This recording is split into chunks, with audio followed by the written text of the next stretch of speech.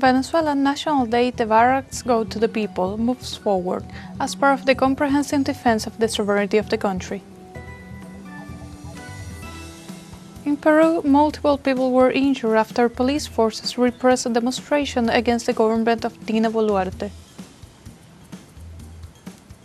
In Palestine, the Hamas resistance movement accused the Israeli occupation army of using unmanned vehicles loaded with explosives in residential neighborhoods of the Gaza Strip.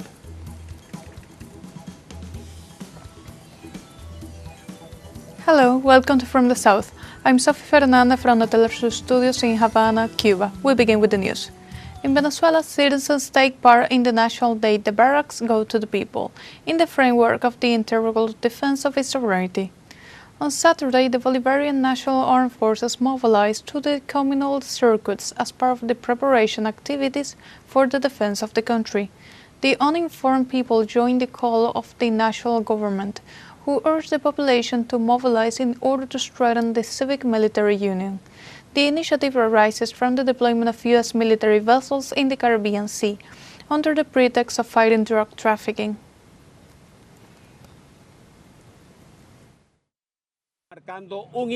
Setting a milestone in the construction and consolidation of our doctrine, which grows, develops, and expands every day for the defense of our country. We are doing this because the homeland is at the core, and it deserves our attention, it deserves our love, it deserves our affection, and it deserves everything we can do to defend it, centimeter by centimeter. So, in popular military police union, we will prevail. In this sense, the Venezuelan Defense Minister Vladimir Padrino Lopez stated that through the deployment of the armed forces in communal circuits, the militia structure is being reorganized for national defense. Our Commander-in-Chief of the Armed Forces has told us, ordered us, and instructed us to go out, deep into the people, into the 5,336 communal circuits. On the field there are communal militia units. The communal militia units that we are building and strengthening with the new enrollment, the new enlistment of the Bolivarian militia. We are building them. We are reorganizing them. The entire organizational structure of the Bolivarian militia is being dynamically reorganized, as our President Nicolas Maduro has said. Meanwhile, Venezuelan justice fugitives reiterated their calls for a foreign military intervention in Venezuela amidst the aggression of the United States in the Caribbean, under the pretext of fighting drug trafficking. The extreme right-wing politician Leopoldo López has openly called for a military intervention by the United States against the non-existent Los Soles cartel. López and other figures requested by the Venezuelan justice have participated in criminal plans to bring about a regime change in Venezuela and take over its state apparatus. It should be noted that for weeks now, Washington has been deployed militarily in the Caribbean, threatening to attack the country in a new attempt to attack the democratic institutions of Venezuela.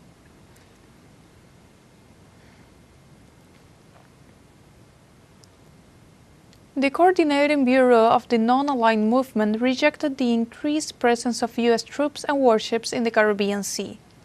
In broad terms, the statement reads, "The Coordinating Bureau of the Non-Aligned Movement echoes the deep concern expressed publicly in recent days by many Latin American and Caribbean states regarding recent deployment of extra-regional military forces in the region, including assets with nuclear capabilities."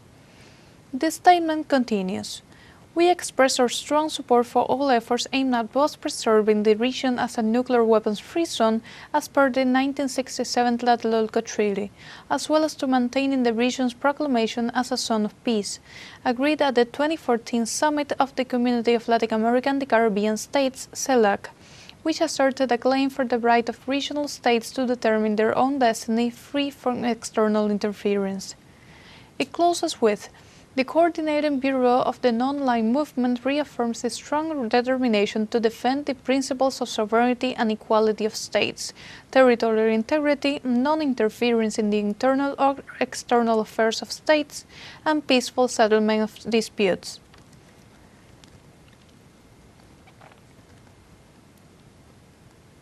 This Saturday, Venezuelan President Nicolás Maduro led the founding Congress of the Rural Workers National Union, Ezequiel Zamora. The Rural Workers National Union aims to strengthen the new productive structure in the Venezuelan countryside. President Maduro announced that a total of 15,407 farmer councils were established throughout the country. In each of them, popular election was held, with the participation of more than 1 million farmers. Each council has 3 main spokespersons and 3 alternates, distributed across 3 fundamental areas: organization and training, productive economy, and territorial defense and national sovereignty. The Venezuelan president stressed that farmers are committed to defending their homeland and guaranteeing peace in Venezuela.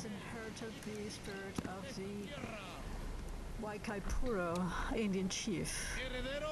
In other news, Venezuela hosts the 3rd International Telecommunications Fair, FTS, with over 140 national and international companies in attendance. The event is held at Caracas Palladium Arena, where hundreds of companies demonstrate the country's technological advances within the framework of future strategic alliances. Venezuela has experienced a 7.13% growth in its telecommunication services and a significant progress in national connectivity.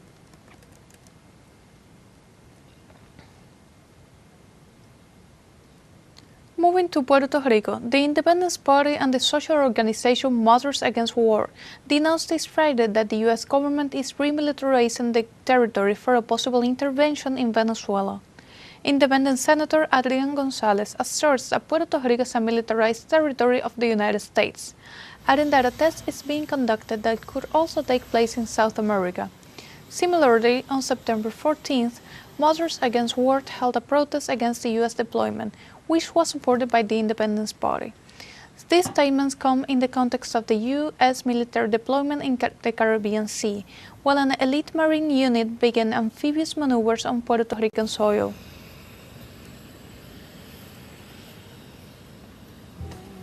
And now we have a short break coming up.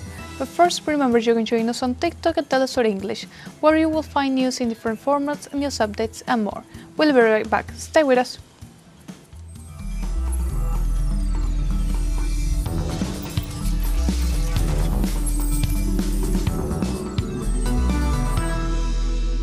Welcome back to From the South. In Peru, multiple people were injured after police forces repressed a demonstration against the government of Dina Boluarte. Thousands of citizens, together with social organizations, mobilized to reject the government of Dina Boluarte and the Congress of the Republic, accusing them of perpetuating a political and social crisis. The mobilization, called in a peaceful manner, arose as a response to the deep unease generated by the reform of the pension system, the alarming increase in crime, extortions, and the continuous interventions in the justice entities. Minutes after the beginning of the protest, members of the Peruvian National Police launched a fierce repression against the demonstrators, using tear gas, bombs, and physical force.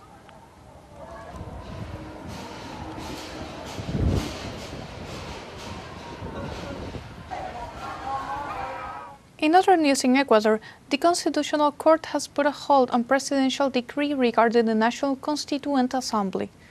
According to the court, at least 5 lawsuits were filed against President Daniel Noboa's decision to call a referendum to establish a constituent assembly. The measure will be provisional and is being implemented to ensure that any proposal for constitutional reform or change follows the procedures established by the Supreme Law. For his part, the head of state has justified the establishment of a constituent assembly as a way to overcome the crisis of governance.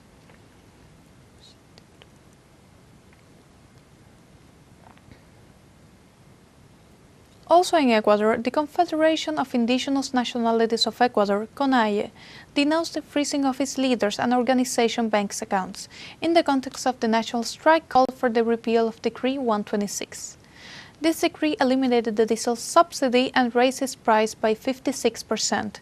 According to the official statement, the banks justified the measure as a response to state orders, while CONAIE interprets it as an act of intimidation and criminalization of social protest. The organization, in a statement issued after an extraordinary assembly, announced an immediate and indefinite national strike. The mobilization responds to the economic impact of the rise in diesel prices, making transportation, production and food more expensive.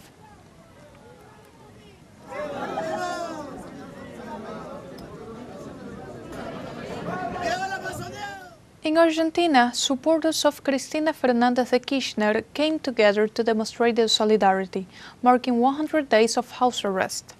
In a show of continued support following the National Supreme Court's ruling, participants gathered in front of the former president's residence. Amid chants, activists remain in the area to express their support for the former president. Supporters asserted that the trial against the Peronist leader was full of irregularities.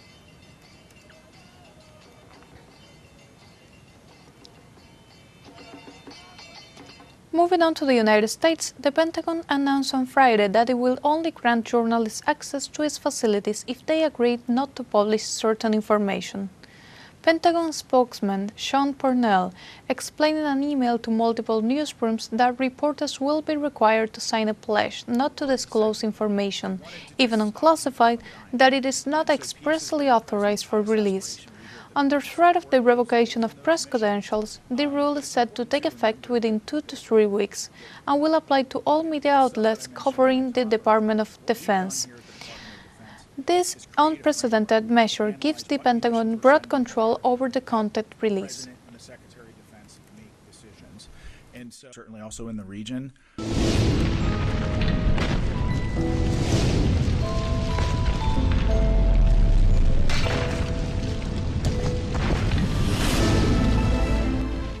In Honduras, the National Risk and Contingency Management Agency issued warnings of heavy rains of 8 departments in the country. The Center for Atmospheric Oceanography and Seismic Studies warned that a surface through will generate heavy cloud cover, rain and light to moderate rainfall with thunderstorms in most of the country. The heaviest accumulations are expected on Saturday, September 20th, in the eastern, western and central regions, and on Sunday, September 21st, in the south, west and center. At the same time, the National Directorate of the Merchant Marine and Port Authorities should restrict the navigation of small and medium-sized vessels while adverse conditions persist.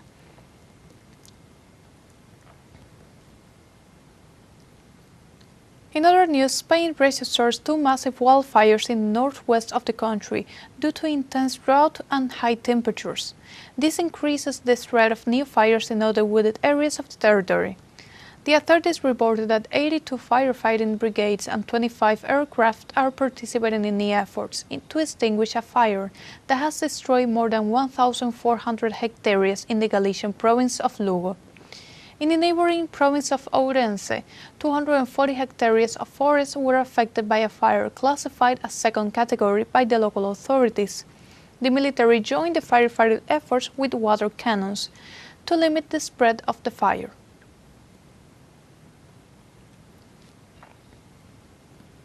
Meanwhile, in southern Turkey, wildfires raged in the city of Antalya, a tourist area. The Turkish authorities reported that at least 58 families were evacuated and more than 173 were moved to shelters as the flames spread. They detailed that a house and 2 barns were totally destroyed and animals were lost. They also stressed that 5 airplanes, 3 helicopters and 170 firefighters are working to extinguish the fire and guarantee the safety of citizens and tourists.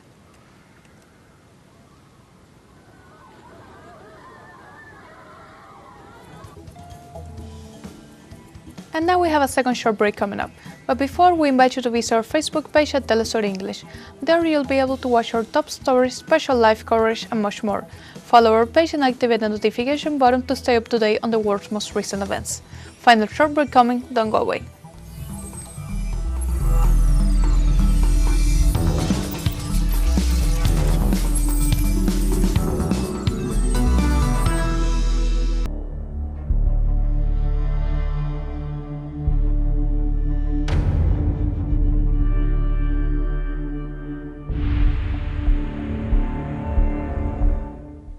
Welcome back. In Palestine, the Hamas resistance movement accused the Israeli occupation army of using unmanned vehicles loaded with tons of explosives in residential neighborhoods of the Gaza Strip. On Saturday, Hamas resistance movement reaffirmed that the Zionist occupation detonated more than 120 car bombs in the Gaza Strip in the last week alone, describing the practice as ethnic cleansing and a crime against humanity. Likewise, Hamas urged the international community, particularly Arab and Islamic countries, to take immediate and practical measures to stop the occupation's crimes and demand legal accountability from its leaders. So far, the Israeli military operations in Gaza has caused damages to over 60% of buildings and a total death toll of 65,208 people.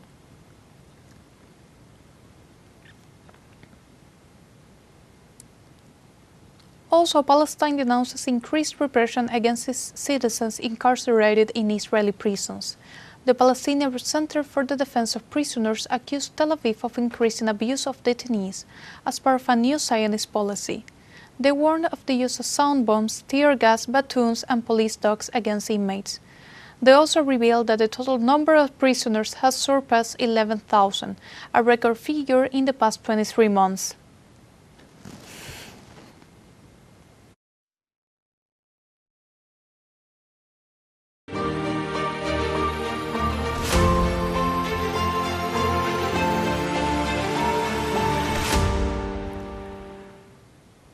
On Friday, European Commission President Ursula von der Leyen announced the Commission's proposal for a 19th package of sanctions against Russia, which primarily target the country's energy and financial sectors in the framework of the Russia-Ukraine conflict. The European Union plans to ban the import of Russian liquefied natural gas into its market and impose sanctions on an additional 118 vessels from Russia's shallow fleet. The European Union will also expand the ban on transactions involving banks in Russia and other countries. It intends to transform the Russian frozen assets into repair loans for Ukraine. Furthermore, Moscow has repeatedly stated that taking over its funds violate the international law.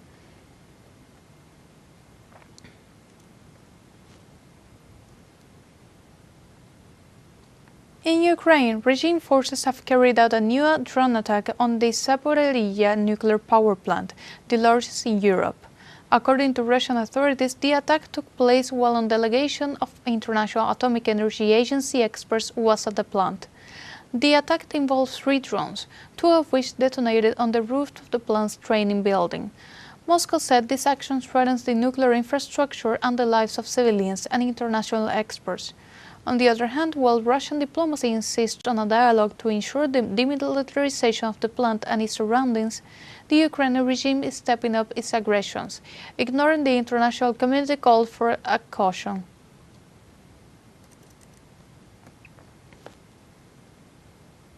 In other news, Chinese President Xi Jinping held a telephone conversation with US President Donald Trump.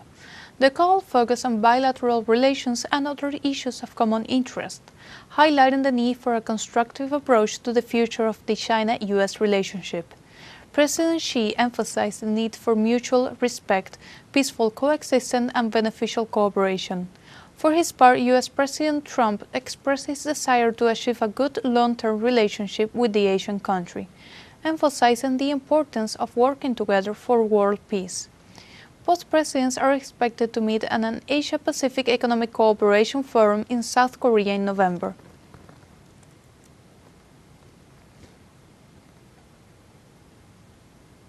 Amid ongoing negotiations over the digital platform TikTok, Beijing is aiming at striking a fair deal with the United States for Chinese companies. The Ministry of Commerce reported that Beijing's position on the situation with TikTok is to respect the company's demands and reach a fair solution for both parties. The ministry hopes that the United States will work with China to establish a fair and equitable business environment for the continuity of Chinese companies' operations in the United States.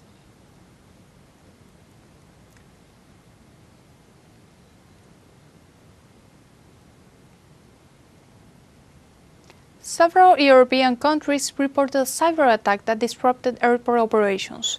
Airports in London, Brussels, and Berlin suspended their activities and cancelled flights, while others reported severe delays as a result of the attack. The hack targeted a check-in and boarding service provider and affected the operation of automated air terminal systems. Authorities therefore recommend that users and airlines confirm their flights before showing up at airports.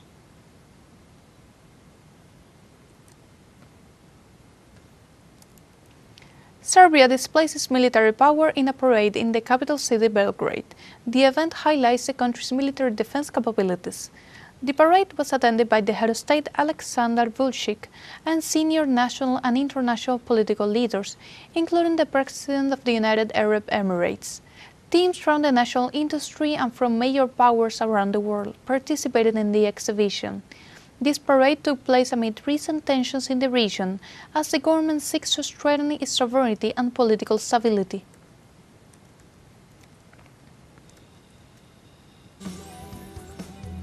And like this, we have come to the end of this news brief. You can find this and many other stories on our website at telesurenglish.net and join us on social media.